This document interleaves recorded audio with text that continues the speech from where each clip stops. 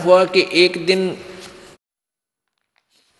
सिकंदर लोधी दिल्ली का बादशाह वहाँ बनारस पहुँच गया काशी में, क्योंकि दिल्ली का बादशाह पूरे हिंदुस्तान का सम्राट होता था। और वहाँ वीर सिंह बघेला नाम का एक बघेल नाम का नरेश था, जो काशी का राजा था, जो दिल्ली के बादशाह के अंतर्गत उसके अधीन होता था।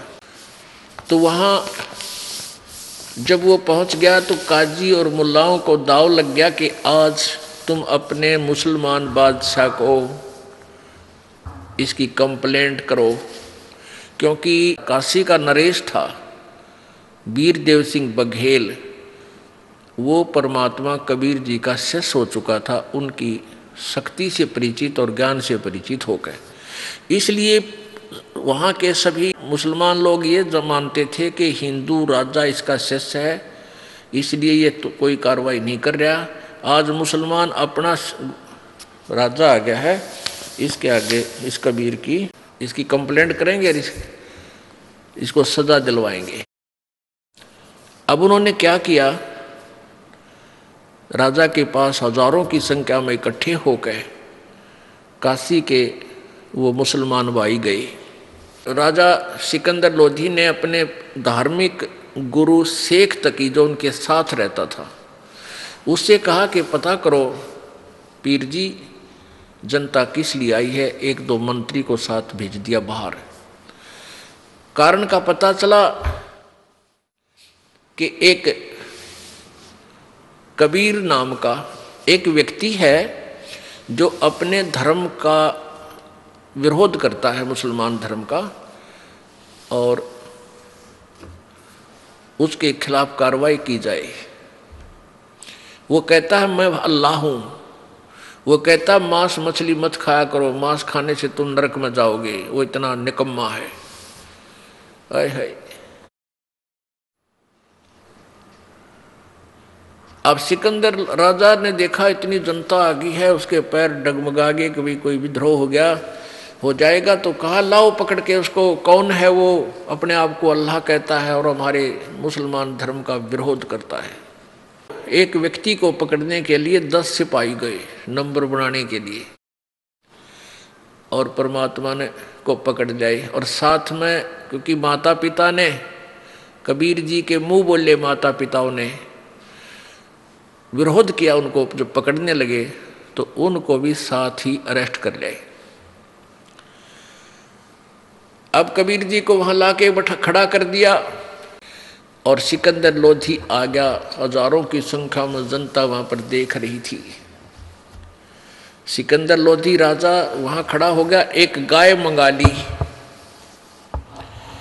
एक गाय जो गर्भवती थी, पेट में गर्भ था, उस गाय के पेट में बच्चा था, वह गाय मंगा ली। और कहते हैं उनका कहना ये था कि यदि तू खुदा है या खुदा का फरिश्ता है, अल्लाह का फरिश्ता है, नबी है, तो इस गाय को हम कत्ल करेंगे, काटेंगे, बीचते, तो इसको जीवित कर देना। क्योंकि हमारे हजरत मोहम्मद जी ने एक गाय को वचन से मार के और जीवित कर दिया था। तो हम यदि तू जीवित कर देगा, हम तुझे अल्लाह का नुमाइंदा मान लेंगे, नहीं तो तेरी गर्दन कत्ल करूंगा। ये सिकंदर लोधी के वचन थे जनता को खुश करने के लिए। इतना कहकर के वह गाय काट दी, बीचों बीच तलवार मार के। अब 4 टुकड़े हो गए मां बेटिया के। अब कहा कि बोल कबीर तू कौन है, अब बता तू कौन है। अल्लाह है तो कर इसको जीवित। परमात्मा खड़े हुए और कहा हम ही अलख अल्लाह हैं, कुतुब गोस और पीर, और गरीबदास खालिक दनी, मेरा नाम कबीर।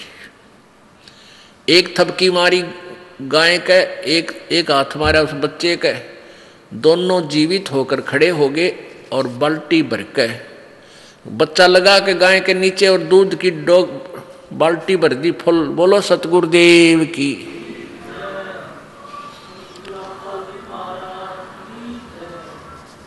अब सारे कापे खड़े खड़े सिकंदर लोधी के भी जो है ना पसीने आ गए, क्यों तो भाई कसूता काम हो गया। तो फिर परमात्मा ने उनको समझाया। क्या बताते हैं? नबी मोहम्मद नमस्कार है वो राम रसूल कहाया, 1,80,000 को सौगंध जिन नहीं करद चलाया। अरस कुरस पर अल्लाह तकत है, खालिक बिन नहीं खाली, वो पैगंबर पाक पुरुष थे साहिब के अब्दाली। अब परमात्मा कबीर जी समझा रहे हैं कि जो हजरत मोहम्मद जी तुम्हारे धर्म के प्रवर्तक थे, वो तो बहुत ही अच्छी आत्मा थी, वो तो आदरणीय पुरुष थे। उन्होंने कभी मांस नहीं खाया, उन्होंने मांस नहीं खाया था, तुम गलत परंपरा पकड़ चुके हो। नबी मोहम्मद नमस्कार है वो राम रसूल कहाया, अल्लाह का रसूल था वो। और 1,80,000 को सौगंध उनके हजरत मोहम्मद जी के उस समय 1,80,000 मुसलमान अनुयायी बने थे। कहते हैं वो इतनी पवित्र आत्मा थी, उन्होंने कभी मांस नहीं खाया। वो तो बाद में बिजली गिर गई। अब 1300-1400 वर्ष हो गए मुसलमान धर्म के उत्थान को, और इसमें तो मांस की और ये बिजली गिरनी स्वाभाविक थी। इस सिख धर्म को ज़्यादा से ज़्यादा 600-550 वर्ष हुए हैं, और इसमें किसी भी अपने सदग्रंथ में, गुरु ग्रंथ साहिब में कहीं नहीं लिखा मांस मिट्टी खाने का, शराब पीने का। और सिख धर्म में हाय हाय इतना मांस और इतनी शराब पी जाती है, शायद मुसलमान और ईसाई भी नहीं प्रयोग करते होंगे। तो ये कैसे गिर गई इतनी बिजली? और कुछ दिनों में एक पुस्तक छप जाएगी, लिखने लग जाएंगे कि फलाना अपना गुरु भी पींदा सी, वो भी खांदा सी, ये अपने घर की बना लेंगे। तो ऐसे ही 1400 वर्ष पहले की परंपरा पड़ती आई। इन्होंने स्वयं सेल्फ मेड कथा बना ली, ये मांस आदि खाने की, गाय को बिस्मिल करने की। ये ऐसा नहीं था। एक समय परमात्मा कबीर जी आए, जैसे गरीबदास जी को मिले, दादू साहेब जी को मिले, नानक साहेब जी को मिले, धर्मदास साहेब जी को मिले, इसी प्रकार हजरत मोहम्मद जी को भी परमात्मा मिले थे और उनकी आत्मा को सचखंड लेकर गए थे। लेकिन यहाँ उनके बहुत से अनुयायी हो गए थे, और ज्ञान पूरा ना होने से हजरत मोहम्मद जी ने वहाँ रहना स्वीकार नहीं किया, उस मार्ग को स्वीकार नहीं किया। और परमात्मा ने ये भी कहा था कि मैं पूर्ण परमात्मा हूँ, और आप जी को ये काल मिसगाइड कर रहा है, जो पर्दे के पीछे तो बोल रहा है, सामने क्यों नहीं आता? वो भगवान है तो। और मैं अल्लाह हूँ, मैं वो कबीर अल्लाह हूँ, अल्लाहु अकबर हूँ। पर नहीं माने हजरत मोहम्मद जी। अब क्या कहते हैं कि परमात्मा के दर्शन से कुछ देर संपर्क होने से सिद्धि आ जाती है प्राणी में। जैसे चुंबक के साथ लोहा भी कुछ समय रह जाए तो वो अस्थायी चुंबक बन जाता है, वो भी थोड़ी बहुत वस्तुओं को खींचना प्रारंभ कर देता है।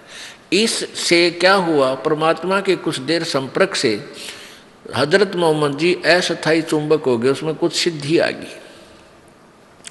उन सिद्धियों के आधार से उसने एक दिन एक मंत्र पढ़ा, कुरान का कोई श्लोक है, और उस एक बकरे के ऊपर एक कंकर मार दी, वैसे ही यूं करके मंत्र सा करके वो बकरा मर गया।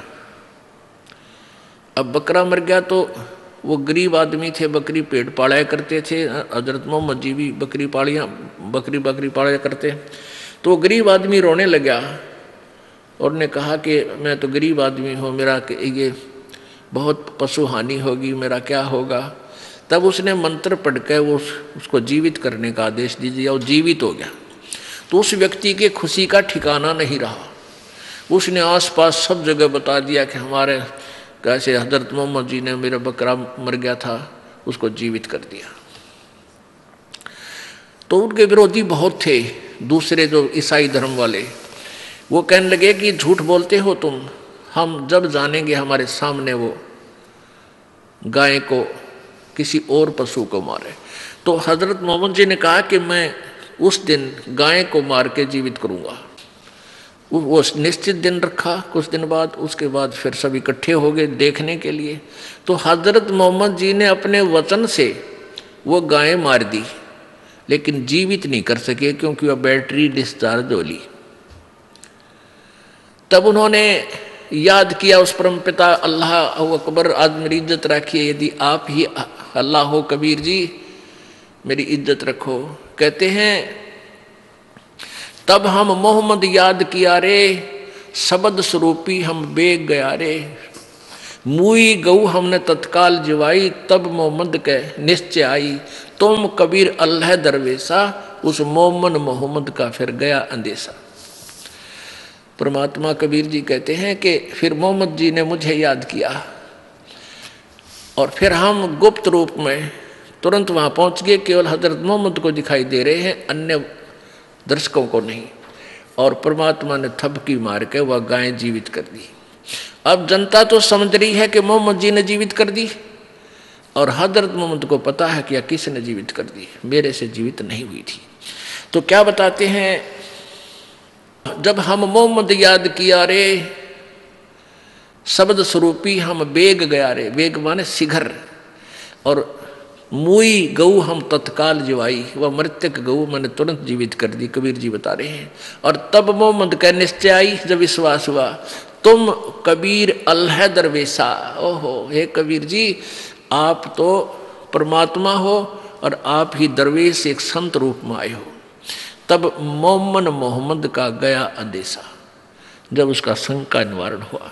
तो यहाँ परमात्मा क्या कहते हैं कि मुसलमान लोग समझते हैं कि मोहम्मद जी ने गाय मारी थी, तो कहते हैं उन्होंने गाय मारी थी तो जीवित भी कर दी थी। तुम्हारी बात बड़ी करते हैं, तुम गाय को काट देते हो, तुम जीवित करके दिखाओ गाय को, तो तुम अधिकारी नहीं हो तो उसको मार भी क्यों रहे हो। मारी गऊ शब्द के तीरम, ऐसे थे मोहम्मद पीरम। शब्द फेर जवाई, हंसा राख्या मास नहीं भाख्या, ऐसे पीर मोहम्मद बाई। वो तुम्हारे मोहम्मद तो इतने ऐसे पीर थे कि गाय को मार दी शब्द से, वो जीवित भी कर दी, उसका मांस नहीं खाया, उसकी तो जीव रक्षा भी कर दी। ऐसे थे वो पीर मोहम्मद, और तुम उसकी नकल करो और मारो बकरे काटो गाय, है तेरा गजब हो। मांस आहारी मानई, प्रत्यक राक्षस जाने। परमात्मा ये बोला करते हैं, वो खड़े खड़े सुन रहे हैं सारे स्तंभ की तरह कि वही ये कोई परम शक्ति है। परमात्मा बोले यहीं शांत होकर सुनो सारे। मांस आहारी मानवी, प्रत्यक राक्षस जाने, ताकि संगति मत करो हो भक्ति में हानि।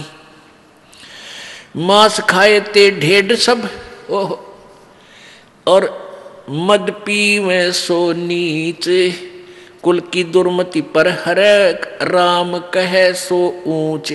जैसे तुम जाति मजहब धर्म कहते हैं ये नीच जाति के हैं, वो दूसरे ऊंच जाति के हैं। कहते हैं मांस खाओ वो सारे ढेड, और शराब पीवा वो नीच, चाहे किसी धर्म के हैं। राम वजह सो